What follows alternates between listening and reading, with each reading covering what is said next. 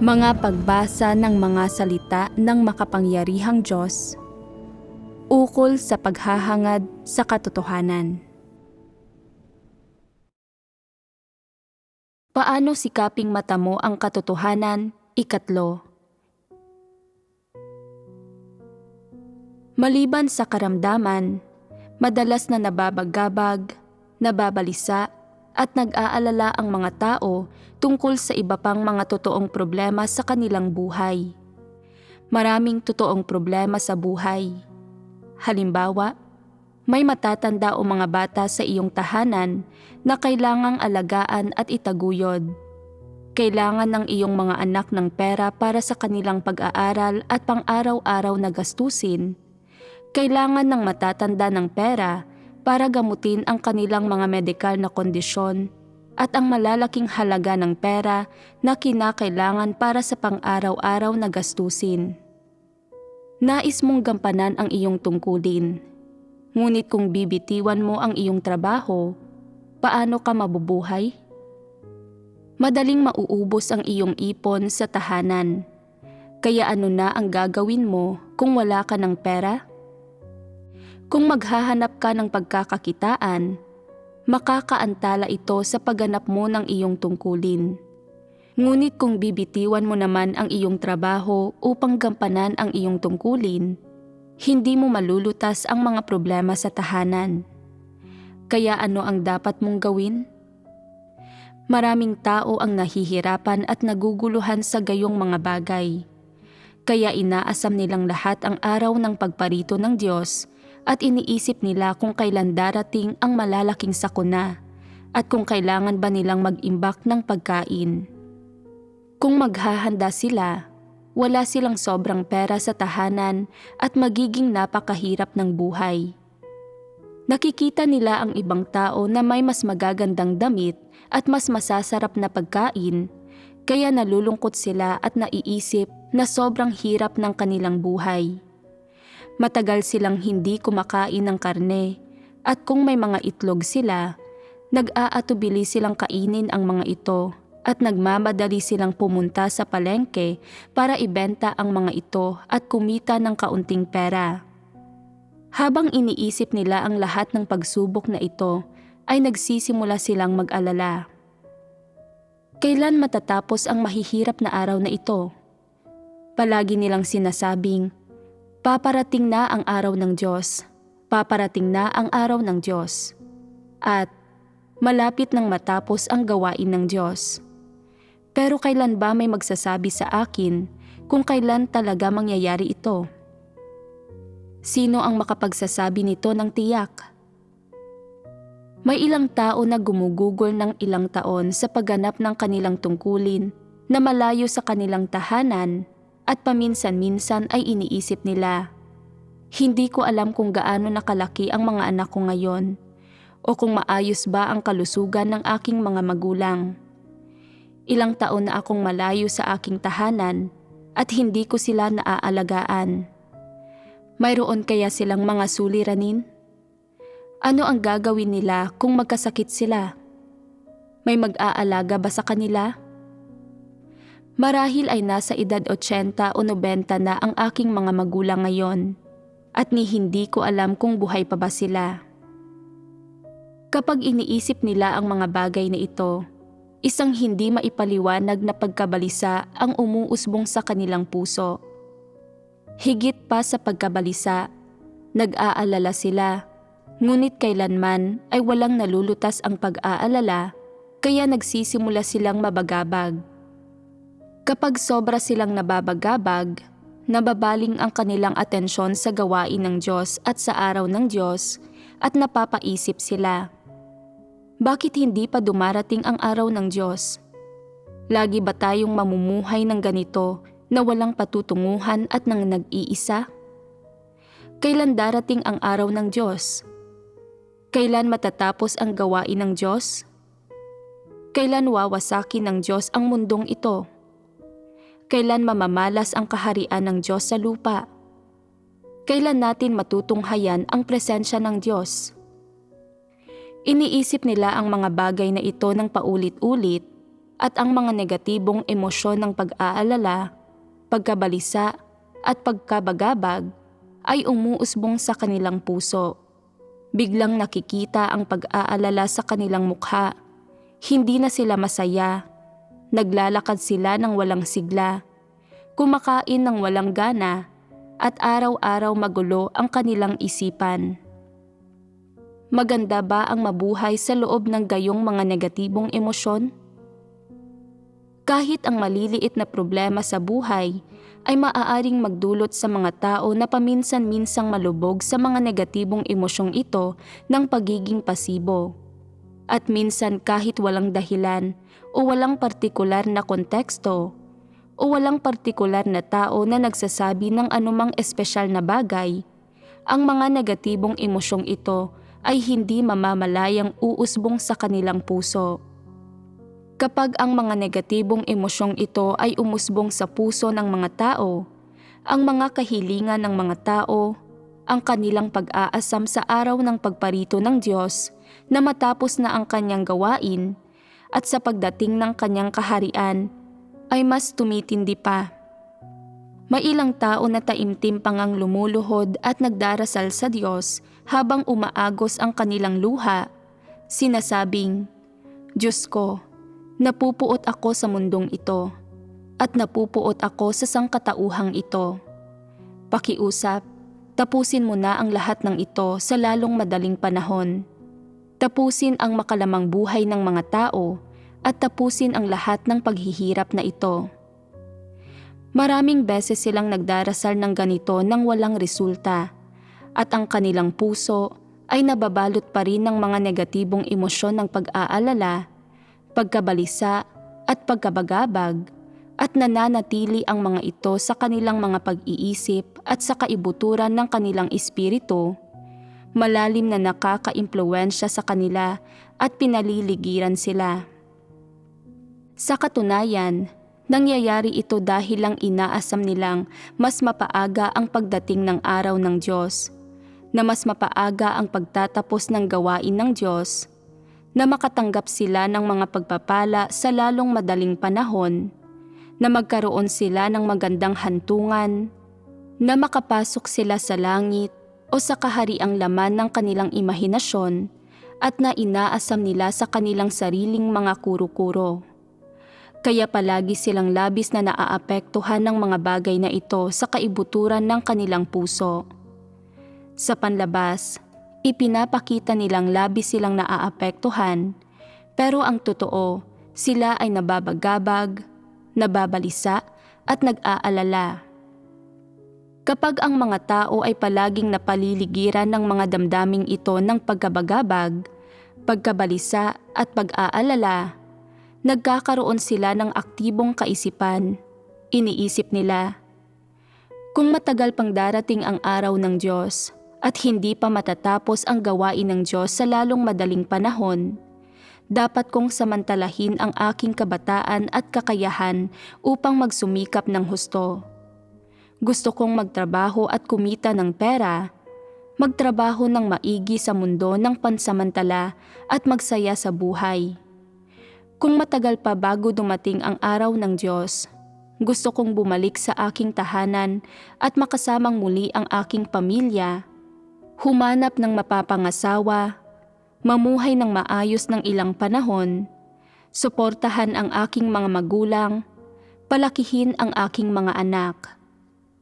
Kapag matanda na ako, marami na akong anak at kasama ko sila sa bahay at tatamasahin namin ang buhay pamilya. Kay ganda ng ganoong eksena, kay tamis na imahe. Nang nag-iisip ng ganito, nasasabik silang matamasa ang ganoong uri ng buhay. Sa tuwing naiisip ng mga tao na malapit nang dumating ang araw ng Diyos at malapit nang matapos ang gawain ng Diyos, lalong umiigting ang kanilang pagnanasa at lalong tumitindi ang kanilang pagnanais na matapos na ang gawain ng Diyos sa lalong madaling panahon. Sa gayong sitwasyon, kapag hindi tumutugma ang mga katunayan sa nais ng mga tao, kapag hindi nila nakikita ang anumang palatandaan na malapit nang matapos ang gawain ng Diyos o darating na ang araw ng Diyos, lalong lumalala ang kanilang damdamin ng pagkabagabag, pagkabalisa at pag-aalala. Nag-aalala sila na sa loob ng ilang taon, kapag tumanda na sila at hindi pa nakakahanap ng asawa, sino ang mag-aalaga sa kanila sa kanilang pagtanda? Nag-aalala sila kung palagi nilang ginagampanan ang kanilang tungkulin sa sambahayan ng Diyos at pinutol na nila ang lahat ng ugnayan sa lipunan, kung makababalik pa ba sila sa lipunan kapag umuwi sila para mamuhay sa kanilang tahanan. Nag-aalala sila kung babalik sila sa pagnenegosyo o pagtatrabaho pagkatapos ng ilang taon, kung makakasabay pa ba sila sa panahon, kung magagawa pa ba nilang mamukod-tangi sa karamihan, at kung mabubuhay ba sila. Habang mas nag-aalala sila sa mga bagay na ito, at habang mas nababalisa at nababagabag sila sa mga ito, mas lalong hindi nila magampanan ng kalmado ang kanilang tungkulin at masundan ang Diyos sa sambahayan ng Diyos. Kaya mas lalo nilang inaalala ang kanilang kinabukasan, ang mga oportunidad para sa kanila, at ang kanilang buhay pamilya, pati na rin ang lahat ng paghihirap na maaaring lumitaw sa buhay sa hinaharap. Iniisip nila ang lahat ng kanilang kayang isipin, inaalala nila ang lahat ng kanilang kayang alalahanin. Inaalala pa nga nila pati ang kanilang mga apo at kung paano ang magiging buhay ng mga inapo ng kanilang apo. Malayo ang nararating ng kanilang pag-iisip. Ang kanilang mga iniisip ay sobrang detalyado at pinag-iisipan nila ang lahat.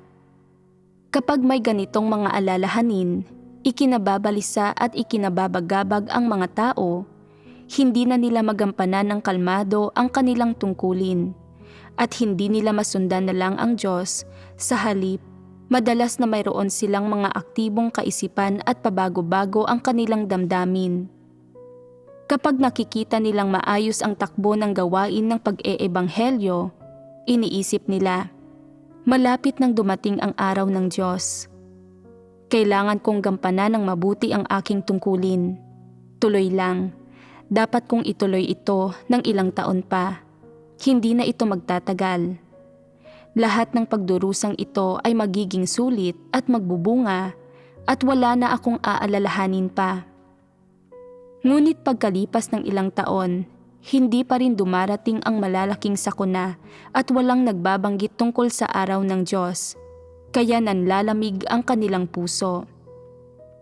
Ang pagkabagabag, pagkabalisa at pag-aalalang ito, pati na rin ang kanilang mga aktibong kaisipan ay patuloy na pabalik-balik at paulit-ulit sa ganitong paraan, paikot-ikot lang ayon sa pandaigdigang sitwasyon at sa sitwasyon sa sambahayan ng Diyos, at wala silang magawa upang kontrolin ang mga ito. Hindi nila mabago ang kanilang kalagayan anuman ang sabihin ni numan. May gayon bang mga tao? Madali ba para sa ganitong mga tao na manatiling matatag? Ang kanilang saloobin at lagay ng loob sa pagganap ng kanilang mga tungkulin at ang dami ng enerhiyang inilalaan nila sa kanilang mga tungkulin ay batay lahat sa pinakabagong balita. May mga taong nagsasabi, ayon sa mapagkakatiwalaang balita, ang ebanghelyo ng Diyos ay lumalaganap ng kamangha-mangha. At may mga taong nagsasabi, ang pinakabagong balita ay napakadalas nang mangyari ng mga sakuna sa buong mundo at lumalabas na ang sitwasyon ng mundo at ang mga sakuna ay tumutupad sa mga ganito at ganyang sakuna sa aklat ng pahayag. Malapit nang matapos ang gawain ng Diyos. Malapit nang dumating ang araw ng Diyos at sobrang ingay na ng mundo ng relihiyon. Sa tuwing naririnig nila ang pinakabagong balita o mapagkakatiwalaang balita, pansamantalang tumitigil ang kanilang pagkabagabag, pagkabalisa at pag-aalala at hindi na sila nagugulo ng mga ito at binibitiwan muna nila ang kanilang aktibong mga kaisipan. Gayunpaman, Kapag hindi sila nakarinig kamakailan ng anumang mapagkakatiwalaang balita o tumpak na balita, bigla na lang bumubulusok ang kanilang pagkabagabag, pagkabalisa at pag-aalala, pati na rin ang kanilang mga aktibong kaisipan.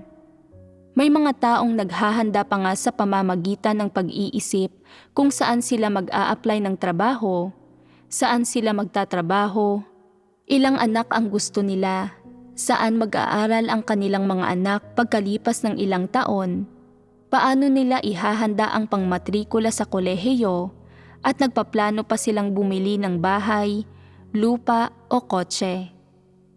Gayunpaman, kapag narinig nila ang mapagkakatiwalaang balita, pansamantala nilang iniiwan ang mga bagay na ito. Hindi ba ito tila isang biro?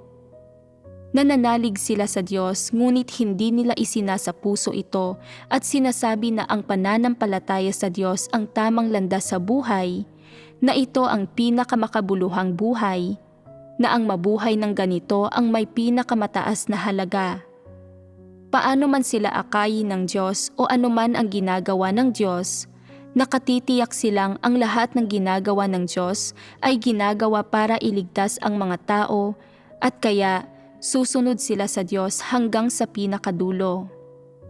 Abutin man ito ng pagtanda ng langit at lupa, hanggang sa magbago ang posisyon ng mga bituin, hanggang sa matuyo ang mga karagatan, maging alikabok ang mga bato, o hanggang sa ang karagatan ay maging lupa at ang lupa ay maging karagatan, ang kanilang puso ay hindi magbabago at mananatili itong matatag.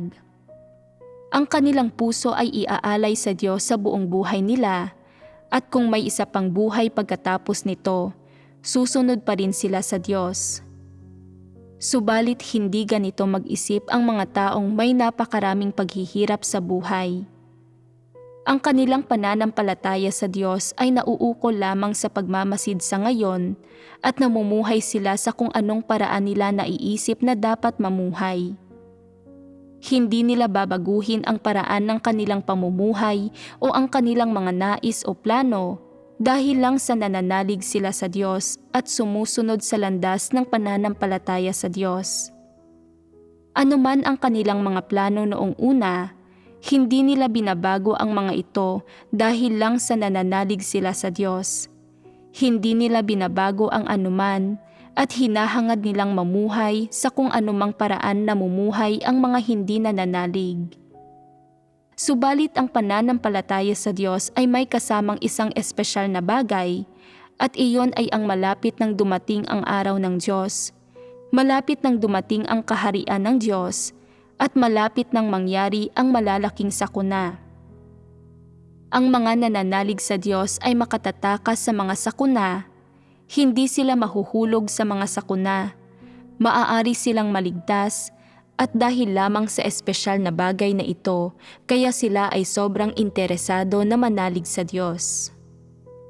Sa makatuwid, ang kanilang layunin at ang kanilang pinagtutuunan ng pansin sa kanilang pananalig sa Diyos ay itong isang bagay lamang na ito.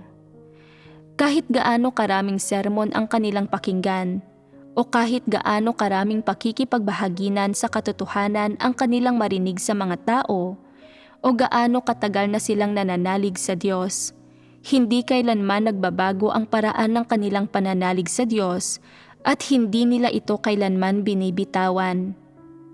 Hindi sila nagbabago o bumibitiw sa kanilang mga maling pananaw sa pananalig sa Diyos dahil lang sa mga sermon na kanilang pinakikinggan o sa mga katotohanang nauunawaan nila. Kaya naman, mayroon mang ilang pagbabago o ilang kasabihan tungkol sa sitwasyon sa mundo sa labas o sa sambahayan ng Diyos, palagi itong may epekto sa bagay na ito na pinaka-inaalala nila sa kaibuturan ng kanilang puso.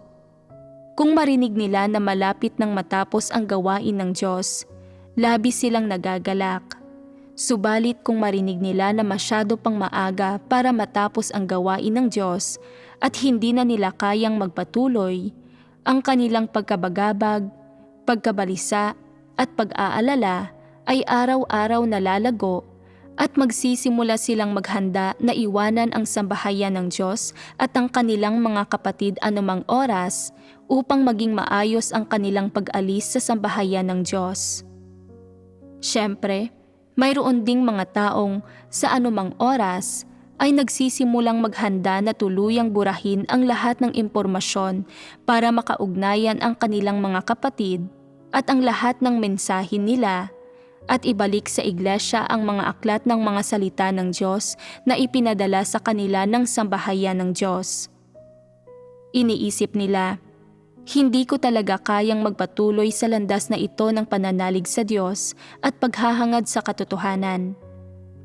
Inakala ko na ang pananalig sa Diyos ay nangangahulugan na mamumuhay ako ng masaya, magkakaroon ng mga anak, makatatanggap ng mga pagpapala, at makapapasok sa kaharian ng langit. Ngayon, nawasak na ang magandang pangarap na ito, kaya pipiliin ko pa ring mamuhay ng masaya, magkaroon ng mga anak at tamasahin ang buhay. Gayunpaman, hindi ko pa rin kayang iwanan ang aking pananalig sa Diyos. Kung may pagkakataon akong makatanggap ng 100 beses sa buhay na ito at nang walang hanggang buhay sa darating na buhay, hindi ba't mas maganda iyon? Ito ang kanilang pananaw sa pananalig sa Diyos, ito ang kanilang plano, at syempre, ito rin ang kanilang ginagawa. Ito ang pag-iisip at pagpaplano sa kaibuturan ng puso ng mga taong umaasa sa kanilang mga imahinasyon sa kanilang pananalig sa Diyos, na palaging nababagabag, nababalisa at nag-aalala tungkol sa buhay ng kanilang laman at kinakatawan nito kung ano ang kanilang hinahangad at ang landas na sinusunod nila sa kanilang pananalig sa Diyos. Ano ba talaga ang kanilang iniisip ng husto? Ang pinag-iisipan nila ng husto ay kung kailan darating ang araw ng Diyos, kailan matatapos ang gawain ng Diyos, kailan mangyayari ang malalaking sakuna, at kung makatatakas ba sila sa malalaking sakuna. Ito ang iniisip nila ng husto. Para naman sa mga taong laging nababagabag, nababalisa at nag-aalala tungkol sa buhay ng kanilang laman, ang kanilang hangarin sa kanilang pananalig sa Diyos ay ang makatanggap ng 100 beses sa buhay na ito at nang walang hanggang buhay sa darating na buhay. Gayunpaman, ayaw nilang marinig kung gaano kalayo na ang naging pag-usad ng gawain ng Diyos, kung nakakamit ba ng mga nananalig sa Diyos ang resulta ng pagtatamo ng kaligtasan, kung ilang tao na ba ang nakapagkamit ng katotohanan, nakakilala sa Diyos, at nakapagbigay ng magandang patotoo na para bang walang kinalaman sa kanila ang mga bagay na ito. Kaya ano ang nais nilang marinig? Kung kailan matatapos ang gawain ng Diyos. Mas mataas ang kanilang mga inaasahan. Tama ba? Karamihan sa mga tao ay masyadong makitid ang pag-iisip.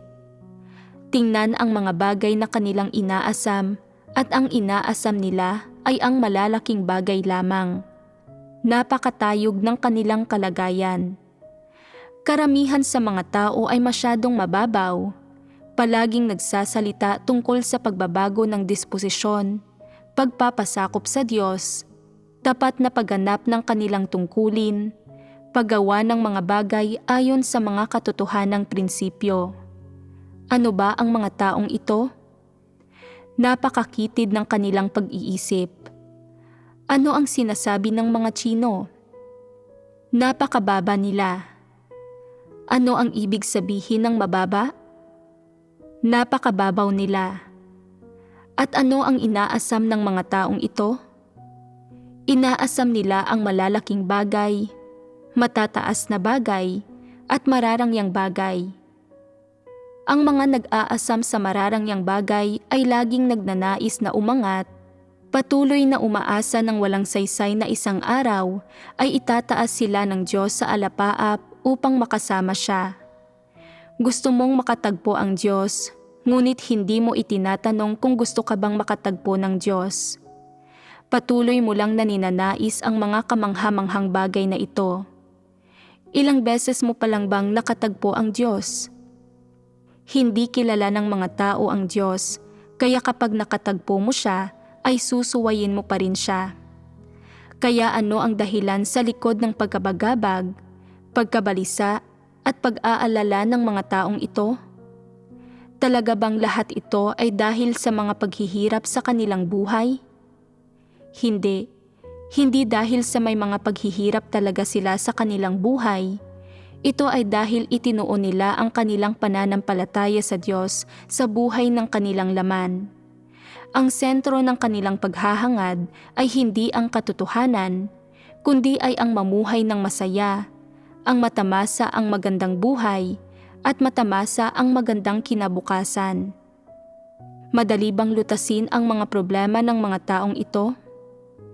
May ganitong mga tao ba sa iglesia?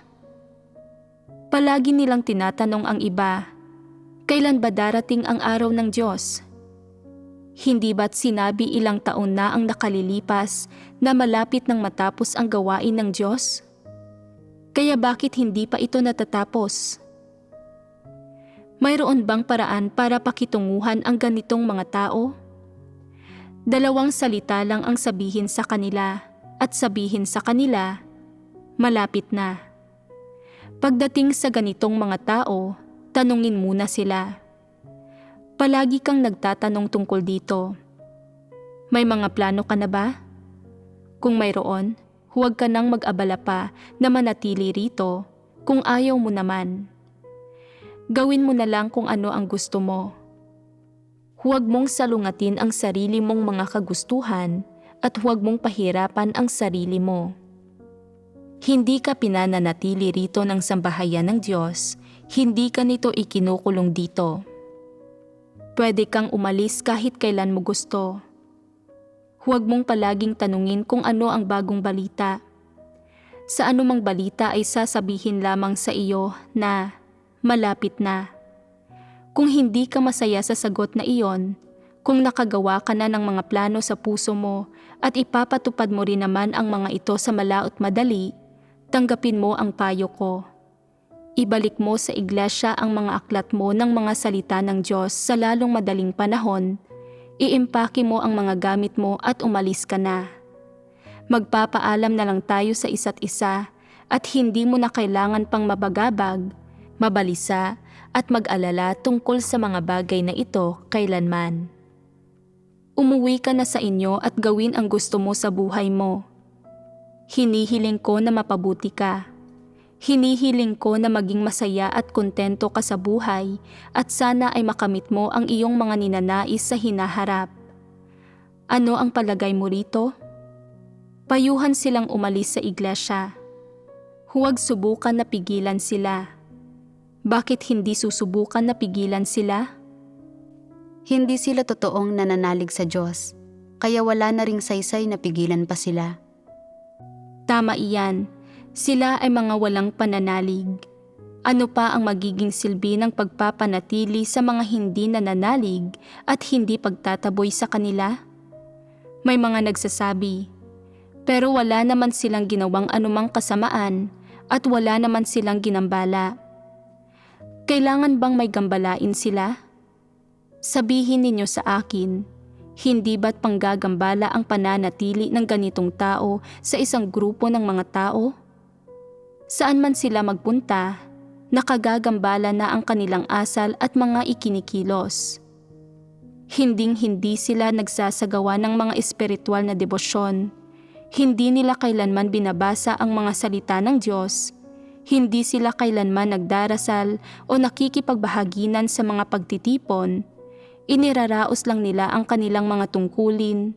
Palaging nagtatanong kung ano ang bagong balita. Labis silang emosyonal at pabigla-bigla. Masyado rin silang nakatuon sa pagkain, pag-inom at pagsasaya at mayroon pa ngang mga tamad, mga nagpapakasarap sa pagkain, mga mahilig sa pagtulog, mga nagpapakatamad at mga naruroon lamang upang punan ang bilang sa sambahayan ng Diyos. Hindi nila inaalala ang pagganap ng kanilang mga tungkulin at mga tambay lang sila. Kapag pumupunta sila sa sambahayan ng Diyos, naghahanap lamang sila ng mga bagay na mapapakinabangan at masasamantala nila.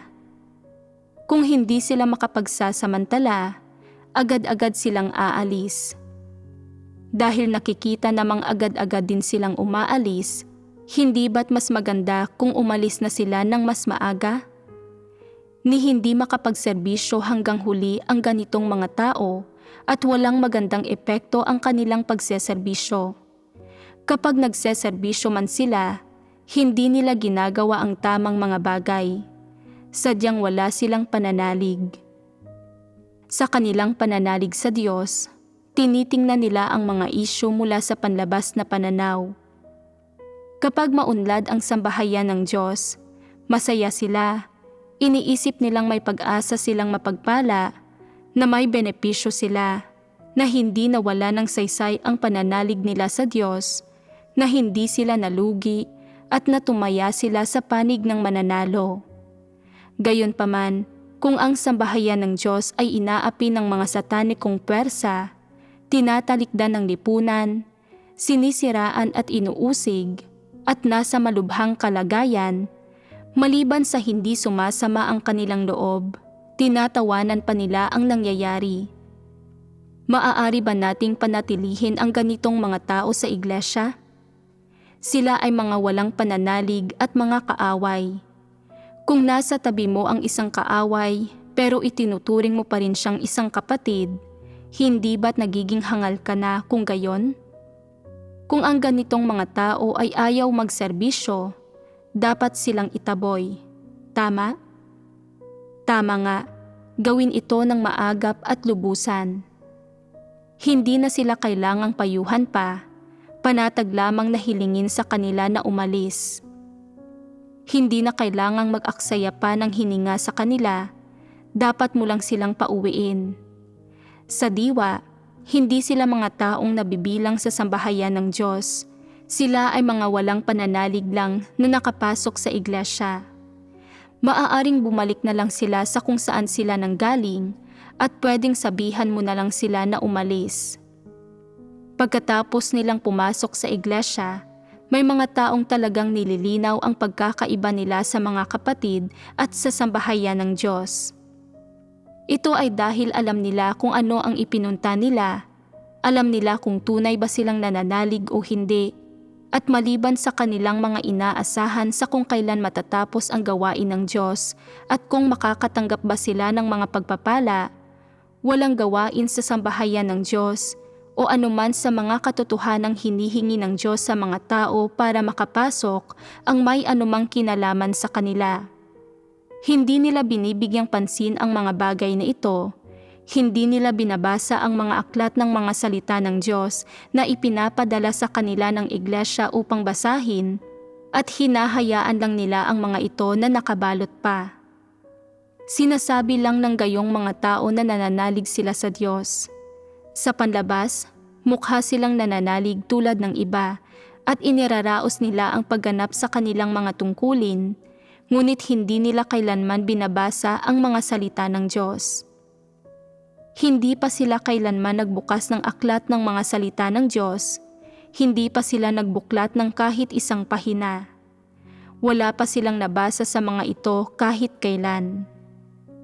Hindi nila pinanunood kailanman ang mga video ng patutuong batay sa karanasan, ang mga pelikula ng ebanghelyo o ang mga himno at iba pang inilalathala ng sambahayan ng Diyos online.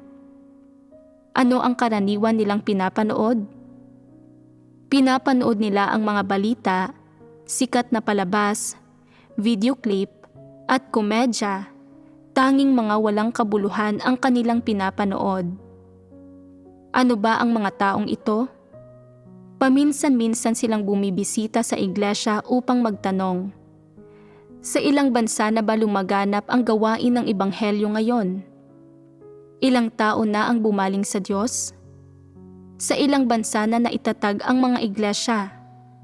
Ilang iglesia na ang mayroon? Nasa ang yugto na ang gawain ng Diyos? Sa kanilang libreng oras, palagi nilang itinatanong ang mga bagay na ito.